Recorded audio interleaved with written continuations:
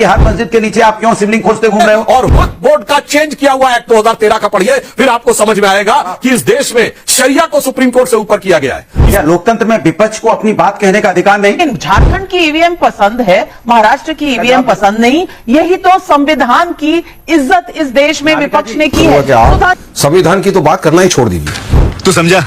हाँ। नहीं, तू समझा नहीं। इसकी मतलब विपक्ष का विरोध करते करते भारतीय जनता पार्टी राष्ट्र का विरोध करने लग जाती है, जनता का विरोध करने लग जाती है। ये चिंता का विषय है। अनुराग भदौरिया जी, छोटे छोटे जज, संवैधानिक प्रक्रिया है। कोर्ट कोई अगर ऑर्डर देता है तो क्या उसके बाद जज छोटे छोटे हो जाते हैं और जज आग लगाते हैं? क्या बाकी अदालतें नहीं हैं? क्या कानून पर और देश के संविधान पर बस इतना ही आपका विश्वास है कि जजों से लेकर इलेक्शन कमीशन से लेकर ईवीएम से लेकर हर इंस्टीट्यूशन पर एक प्रश्न चिन्ह लगाना, क्या यही संविधान की रक्षा है? तो लगे हाथ ये भी देश जानना चाहता है कि विपक्ष जो इस देश के अंदर में है वो तो लोकतंत्र का सबसे बड़ा मजबूत हिस्सा है। क्या लोकतंत्र में विपक्ष को अपनी बात कहने का अधिकार नहीं?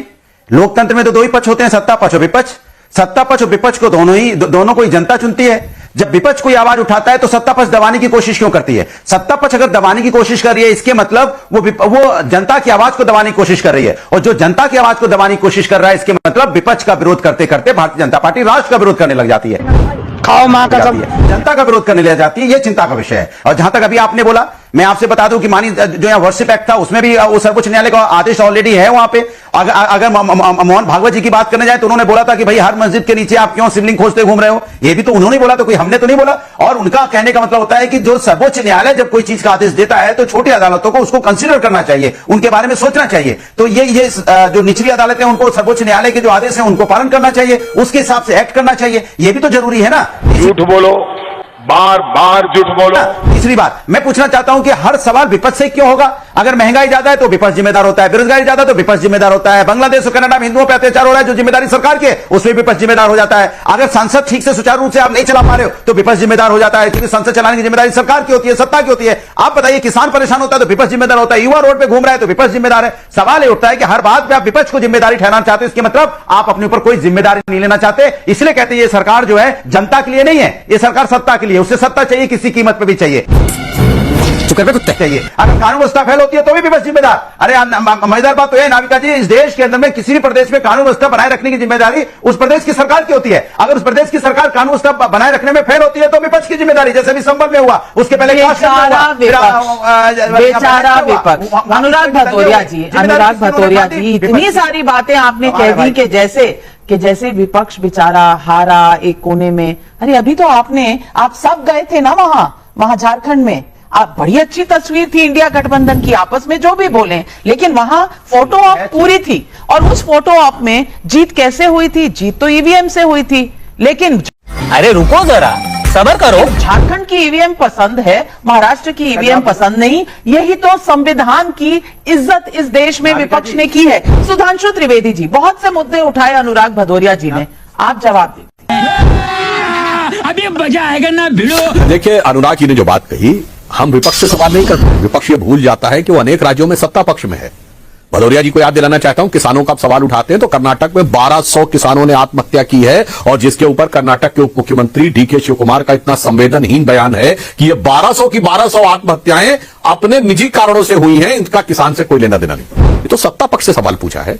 यदि कर्नाटक के अंदर आप कांग्रेस सत्ता में है, कांग्रेस के एक नेता की बेटी नेहा हीरामत का कत्ल सरेआम हो जाता है और कर्नाटक का गृह मंत्री ये कहता है नहीं वो तो उनकी आपसी लड़ाई थी, इसको कोई मुद्दा नहीं बनाना चाहिए, तो सवाल होता है क्योंकि आप वहां सत्ता में हैं। इसीलिए समझ रहे हो इसीलिए अनेक जगहों पे जहां आप सत्ता में वहां उनसे सवाल पूछा जाता है। इस देश में ऐसा नहीं है कि सारी जगहों पे एक ही पार्टी की सरकार है, अनेक जगहों पे दूसरी पार्टी, क्योंकि अनेक जगहों पे भदौरिया जी ईवीएम ने बहुत अच्छा काम भी किया है। जैसे कश्मीर में अच्छा काम किया है, पंजाब में अच्छा काम किया है, हरियाणा में खराब काम किया है, हिमाचल में सही काम किया है और उत्तराखंड में गलत काम किया है, दिल्ली में सही काम किया है, यूपी में गलत काम किया है, राजस्थान में 2018 में सही काम किया, 2023 में गलत काम किया है। फिर देखिए ईवीएम ने गुजरात में, मध्य प्रदेश में, महाराष्ट्र में बहुत गलत काम किया है। फिर तेलंगाना और कर्नाटक में बहुत अच्छा काम किया है। फिर बंगाल में अच्छा काम किया है। असम में क्या बताएं, बहुत गड़बड़ कर दिया है। असम, अरुणाचल प्रदेश और तमिलनाडु और केरल ने बहुत अच्छा काम किया है। तो वो जहां जहां ईवीएम ने अच्छा काम किया है ना, तो वहां उससे भी पूछा जाता है कि भाई तुम्हारी भी यहां पे सत्ता है तो तुम्हें कुछ करके दिखाना चाहिए। अब मैं संविधान की बात का, और विपक्ष अपने आप पड़ी लकड़ी उठा के अपने हाथ में ले लेता है। मैं उदाहरण देना चाहता हूं, आपने बांग्लादेश की बात कही। बांग्लादेश में हिंदुओं के नरसंहार के ऊपर आप कांग्रेस पार्टी का कोई ट्वीट देखिए, राहुल गांधी के ट्वीट में हिंदू शब्द, नरसंहार, वायलेंस शब्द ही नहीं है। ये बड़ी अच्छी बात कही आप। हां, जो उनका फिलिस्तीन और हमास और गाजा पे है कि ह्यूमैनिटी के अगेंस्ट में क्राइम हो रहा है, मगर बांग्लादेश में नहीं है। बस नॉर्मलसी होनी चाहिए, सिचुएशन रेस्टोर होनी चाहिए। डोनाल्ड ट्रंप कह देते हैं कि हिंदुओं का नरसंहार हो रहा है, मगर विपक्ष के मुंह से निकल जाए बांग्लादेश में, अरे ये कैसे हो सकता है? आज वहां इस्कॉन मंदिर के बिलो नहीं, वो सब उस पर कुछ बोलने की जरूरत नहीं है। इसीलिए, और मैं अंत में एक बात कह दूं, जो प्लेसेस ऑफ वर्शिप एक्ट की बात भदौरिया जी ने कही, पहली बात टेक्निकल पोजीशन यह है कि प्लेसेस ऑफ वर्शिप एक्ट में यह कहा गया है कि किसी भी जगह का स्थान नहीं बदलेगा, स्वरूप नहीं बदलेगा, पर उसकी जांच नहीं होगी, ऐसा कोई रुकावट नहीं है। क्या बात कर रहे हैं? तो कानूनी तौर पर सर्वे होने में कोई रुकावट नहीं है, परंतु फिर भी मैं देश की करोड़ों जनता से कहना चाहता हूं, अरे कहना क्या चाहते हो? नाविका जी, जो लोग आपका टीवी देख रहे हो, कि हिंदुओं के लिए है प्लेसेस ऑफ वर्शिप एक्ट। यानी अगर आपको ये लगे कि आपके धर्म स्थल भी किसी चीज के ऊपर दबा के आपका धर्म स्थल दबा है, तो आप कोर्ट नहीं जा सकते। और मुस्लिमों के लिए वक्फ बोर्ड एक्ट, कि अगर वो क्लेम कर दे कि जमीन आपकी है, तो भी आप कोर्ट नहीं जा सकते।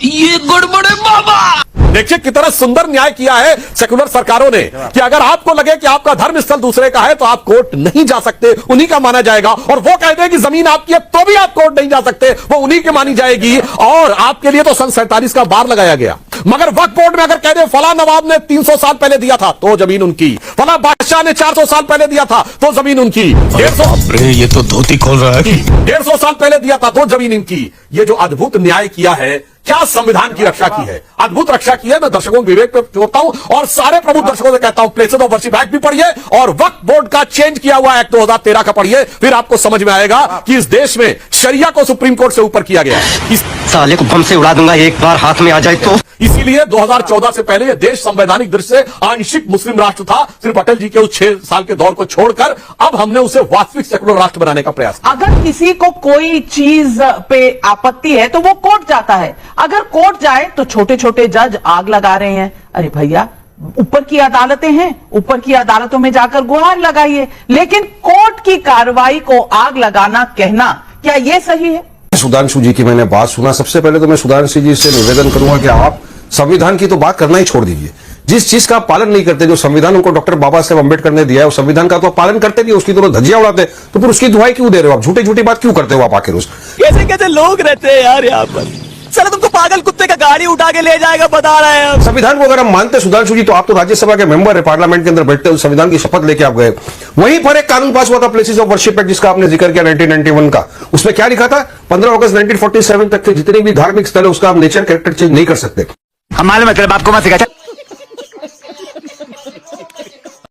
हेलो दोस्तों, आप ये जानते हैं कि जहाँ जहाँ भी कांग्रेस की अलायंस सहयोगी पार्टियां जीतती है, उन्हें ईवीएम में कोई भी खराबी नहीं दिखती है, पर वहीं जहाँ वो हारते हैं तो ईवीएम में दोष देने लगते हैं कि ये हैक हो गई है, इसमें बीजेपी की साजिश है। और जिस तरीके से ये जो समाजवादी के प्रवक्ता हैं, आप इनकी भाषा और बोलचाल देखिए, ये अपने आगे दूसरे की बात मानते नहीं और अपनी ही बातों को सब सही करते हैं और बाद में जाके फंस भी जाते हैं।